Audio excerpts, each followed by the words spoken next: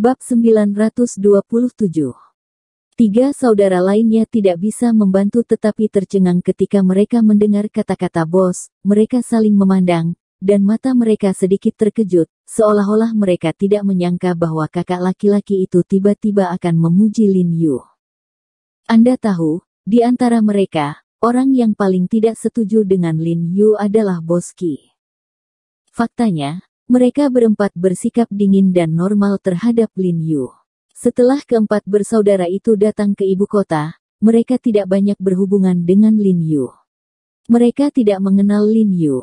Mereka tidak seperti Li Zhensheng, Bu Cheng dan Bai Rentu. Lin Yu tetap bersama, dan mereka datang untuk membantu Lin Yu karena Hu Qingfeng. Oke, kalian berdua kembali, yang kedua dan aku akan menguntit, ingat, kita akan mengambil alih dalam 13 jam.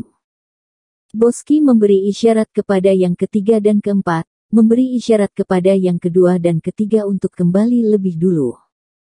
Saudaraku, jika kamu dan saudara kedua kamu berpasangan, mengapa kamu menatapmu selama 13 jam? Zhang Laosan tiba-tiba menjadi cemas, dan sangat menuntut, kami semua menatap selama 12 jam. Ya, saudaraku, masing-masing 12 jam. Old Forzu juga dengan cepat setuju, kenapa kamu perlu 1 jam lagi? Mengapa? Bos Qi mendengus dan berkata tanpa ragu, hanya karena kami adalah saudara-saudaramu. Benar, kita berdua bersaudara, kakak tertua melakukan apa yang dia katakan. Sun Lao'er tersenyum bahagia, melambai pada mereka dan berkata, oke, dua bajingan, kembali tidur. Sebagai saudara tertua dan kedua, Older Qi dan Older Sun selalu menjaga saudara ketiga dan keempat mereka dengan baik. Berbicara tentang Lao'er, dia masuk ke dalam mobil dan bergegas ke kediaman Rong Huan bersama Bos Qi. Setelah terhubung dengan Qin Lang dan Dajun, dia bertanya tentang situasinya dan melihat bahwa tidak ada yang aneh. Tentara, yang bertempat di toko buku di seberang villa tempat tinggal Rong Huan, selalu memandangi gerakan di seberang villa. Aku melihat dua pria berjas hitam berpatroli di luar villa Rong Huan seperti biasa. Kedua pria itu tampak sangat waspada, tetap memegang pinggang, jelas memegang senjata. Kakak, jika kamu ingin aku berkata, bagaimana jika kita begitu merepotkan, masuk saja dan bunuh anak itu.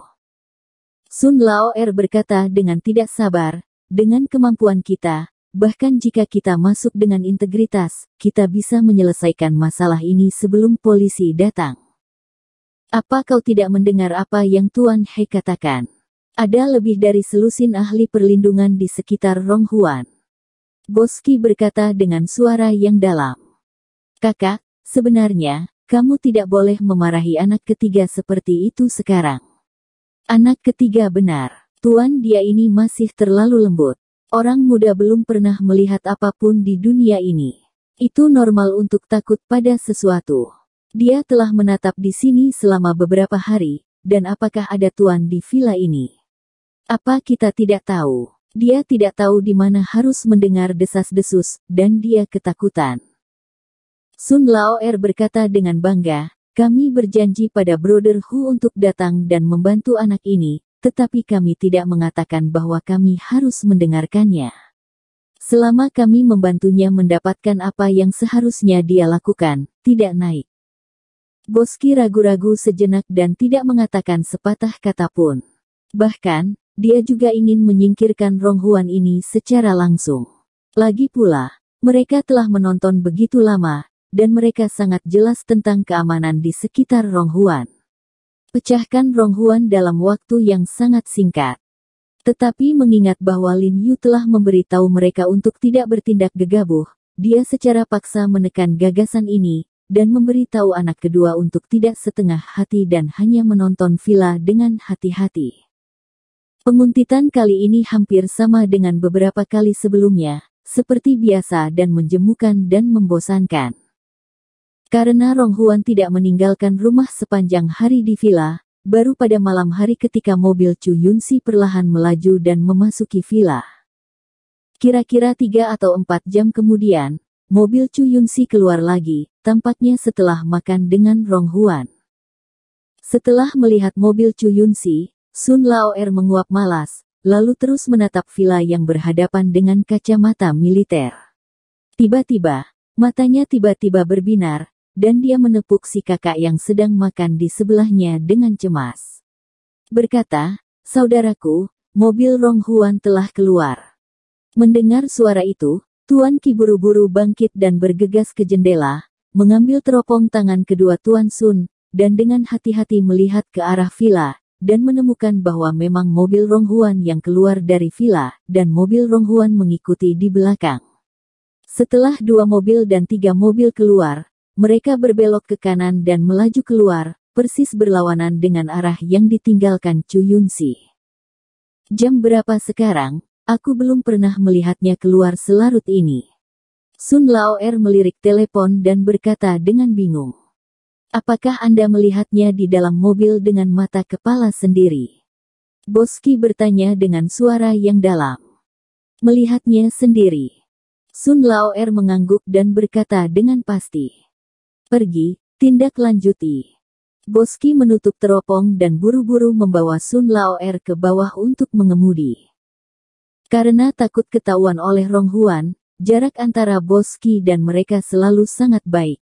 Dalam hal mengemudi dan pelacakan, Bos Qi memiliki skill yang sangat baik.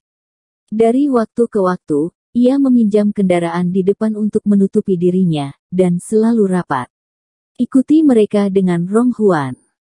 Setelah mengemudi beberapa saat, saya melihat bahwa semakin sedikit kendaraan di jalan, dan posisi mereka semakin miring, seolah-olah mereka telah sampai di pinggiran.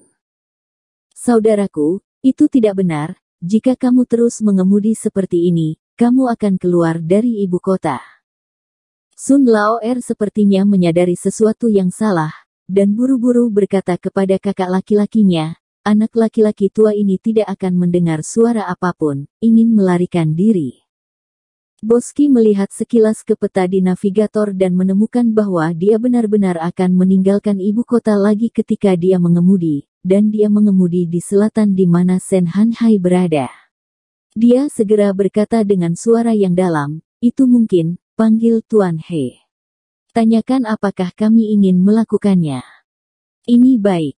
Sun Laoer mengangguk, lalu mengeluarkan ponselnya untuk mengetahui nomor ponsel Lin Yu, menghubungi nomor Lin Yu, dan memberitahu Lin Yu tentang situasi di sini. "Mau lari?"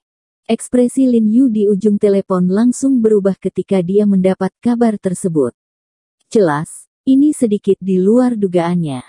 Dia awalnya menyimpulkan bahwa Rong Huan tidak akan pernah meninggalkan ibu kota, karena tujuan Rong Huan datang ke ibu kota belum tercapai.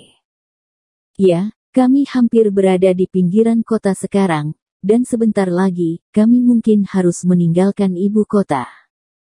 Sun Laoer berkata dengan suara yang dalam, "Tuan Ho, apakah Anda ingin kami melakukannya?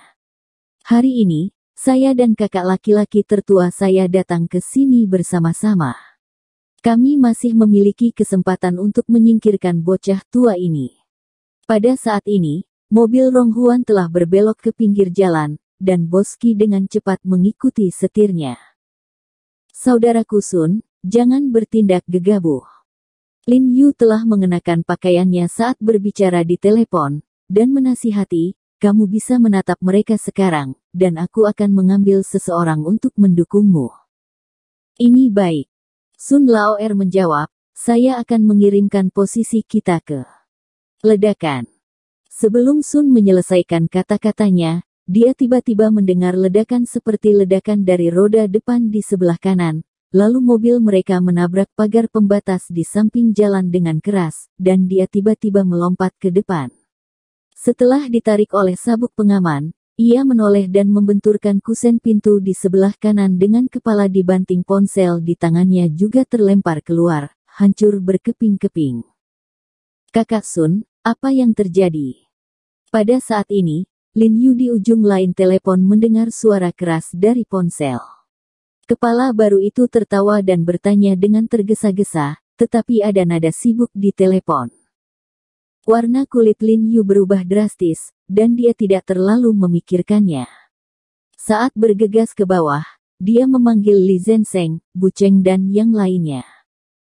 Saudaraku, kamu baik-baik saja. Sun Lao'er menyentuh dada dan kepalanya yang kesemutan, dan mengulurkan tangannya untuk mematahkan Boski yang berbaring di sampingnya di atas airbag. Brengsek. Boski mengutuk dengan suara rendah, lalu mengangkat kepalanya sambil menutupi wajahnya, dan melihat ke depan, melihat bahwa mobil Rong Huan sudah tidak terlihat, dia membanting setir dengan marah. Siapa yang begitu tidak berkualifikasi, melempar barang ke jalan? Sun Lao'er memarahi dengan marah, jelas dia mengira bahwa kakak tertuanya telah menabrak benda tajam di jalan, yang menyebabkan mobilnya bocor. Tapi begitu suaranya jatuh, sesosok muncul di luar jendela mobil. Zeng. Ada suara tajam yang menembus logam, dan rasa sakit yang luar biasa segera datang dari pahanya. Apa? Sun Lao'er menjerit menyakitkan, melihat ke bawah, dan menemukan sebilah pisau panjang yang tajam dan ramping menembus pintu mobil dengan tiba-tiba dan menancap di kakinya.